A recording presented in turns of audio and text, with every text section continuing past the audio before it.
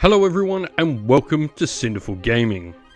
In today's video we're going to be taking a look at and reviewing the Disciples of Tzeentch Spearhead Fluxblade Coven for Warhammer Age of Sigmar. Today's video is sponsored by Gap Games, a fantastic miniature wargaming store in Queensland, Australia. They stock a wide variety of miniature wargames from all things Games Workshop to some of my personal favourites, Conquest, The Last Argument of Kings, and all things Modifius wargames as well. Use our affiliate code in the link below to help support both this fantastic store and the channel as well. Our formation has our general being a Magister on Disc of Tzeentch. For units we have 3 Flamers of Tzeentch, 3 Screamers of Tzeentch, 2 units of 5 Tzeentch, and a unit of 10 Kharak Acolytes. Battle trait wise, we have the ability Masters of Destiny. Now this says that it's once per battle at the start of the first battle round, and that is true, but it sort of will affect everything you do throughout the battle. The effect of this is you roll 9 dice and put them to one side. These are called your Destiny dice. During the battle, instead of rolling the dice for one of the rolls on the list opposite, you can pick one of your Destiny dice and use it as the roll. Once the Destiny dice has been used, it is discarded.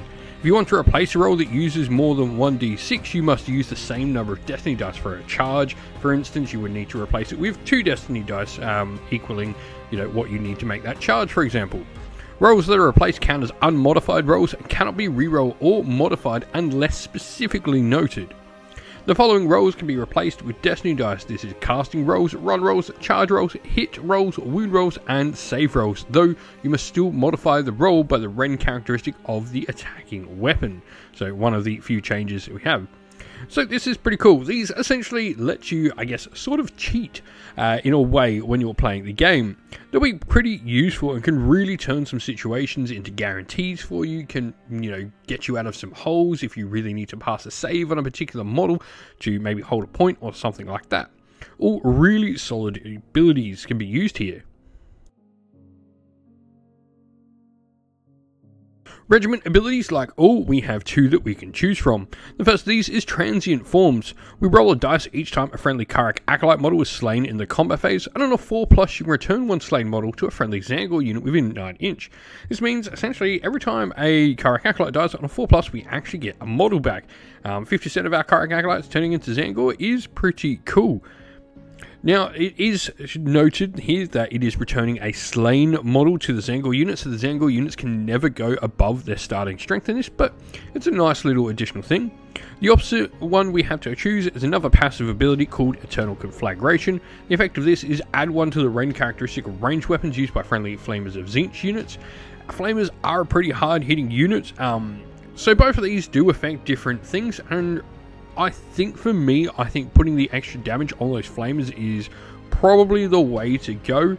The Kharak Acolyte one is pretty nice. Neither of the units of Kharak Acolytes or Tzeentch have the reinforcements keyword, so this is one of the only ways you're going to keep them in the fight for longer.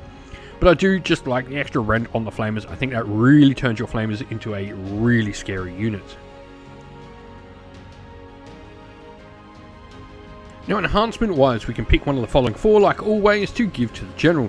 Our general is, not that great in combat. He does have quite a few attacks, especially thanks to his mount, but none of them are overly powerful. A lot of 4s to hit on the mount there. So, enhancement wise, we have Shield of Fate. This is a spell, 6+ to cast, and can give one of our friendly units a ward 6+. And if that unit already has ward, they'll actually add 1 to their ward instead. We have the Demon Heart, where we can pick an enemy unit within 1 inch of your general and inflict an amount of mortal damage on that unit equal to the number of the current battle rounds. So this would be 1, 2, 3, or 4. It's okay, but really, if our general's in combat, that's bad. Glimpse of the Future, if you have fewer than 6 Destiny dice, you can make a casting roll. On a 7+, you can roll and add 1 dice to it. This is not too shabby. Getting more Destiny dice is sort of how the army works, so probably one of the 2 I would go for. And the other one, Time Lapse Pendant, pick an enemy unit within 9 inch and give that unit strike last, once per battle. I think for me, just because Time Lapse Pendant is once per battle, that was every turn, it would be my pick, but I think Glimpse of the Future is probably my favourite one here. Shield Effect's not bad, but Glimpse of the Future, getting more Destiny dice, which is an integral part to how the army works, is where I would go. Next is the Magister on Disc of Tzeentch, our first unit and our general. 6 health, a 14-inch flying move, which is really nice, 4+ save and control score of 2. Actually does have some ranged damage ability with one shot coming out of his Tzeentchian rune staff at range, and the Bolt of Change as well is another spell the model can use where it can actually pick a visible enemy unit and do some mortal damage, and if any models are slain you can return some models to your Zangor. This here, the fact you've already got Bolt of Change on here really just makes me not want to go with transient forms even more, because we can sort of get the effect in a different way, and that way we're getting the flamers boosted as well. Like I said, in combat it does actually put out 5 attacks all up, all D3 damage, but 2 of them are only rend 1 and 3 of them are no rend. It's okay though, you know, he will punch into some smaller things or probably beat other wizards in combat. Our Kharak Acolytes are next, and these are our little red shirts essentially. 1 health, movement 5, 5+ save, and control score of 1.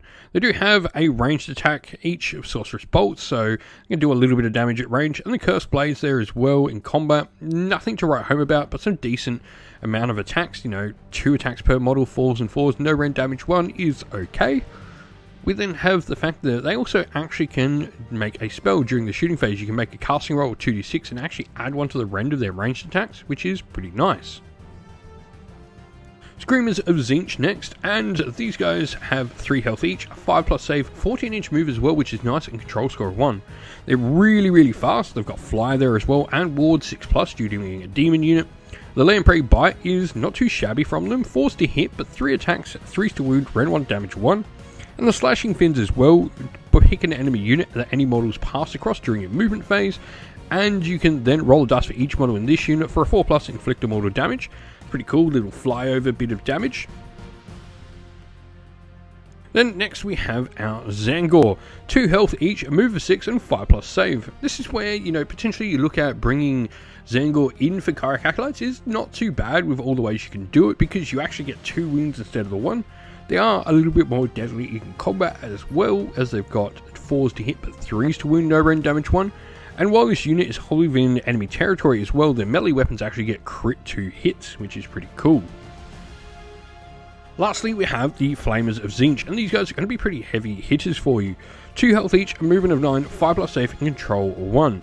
Now, Word Flame is interesting. They are 12-inch range, 3 attacks each with 3s to hit and 4s to wound, no rend, damage D3 though. This is where the rend bonus from the Internal Conflagration battle trait really just boosts these guys up. Getting that rend on them is massive. You can also actually add 1 to hit rolls for them with their Capricious Word Flame ability, where if they target anyone with a unit's strength of 5 or more, they'll get that +1 to hit, which is cool. So they can potentially beat 2s to hit, 4s to wound, really getting a lot more damage in. They also have fly, as they are demons, and they've got a ward of 6+ as well. So this is why I like just upgrading and going Internal Conflagration. It really just turns these guys into a really powerful threat for you. We hope this video was helpful in getting you started with Warhammer Age of Sigmar Spearhead, and that it was able to give you some ideas and inspiration to start your own force in the game. If you have any other questions at all, please comment them down below. And while you're there, don't forget to drop a like, subscribe, and join our Discord server to check out all of our future Warhammer Age of Sigmar content.